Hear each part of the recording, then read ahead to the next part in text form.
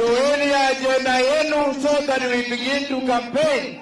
100% tupeleke William Ruto akuwe rais wa 5 wa Jamhuri ya Kenya.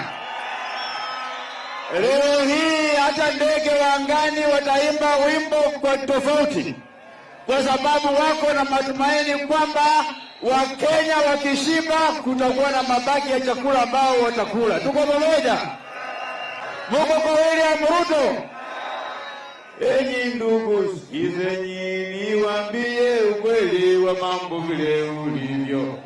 Echinga kaja mbele, kuvunja katiba, kuvunja uchumi.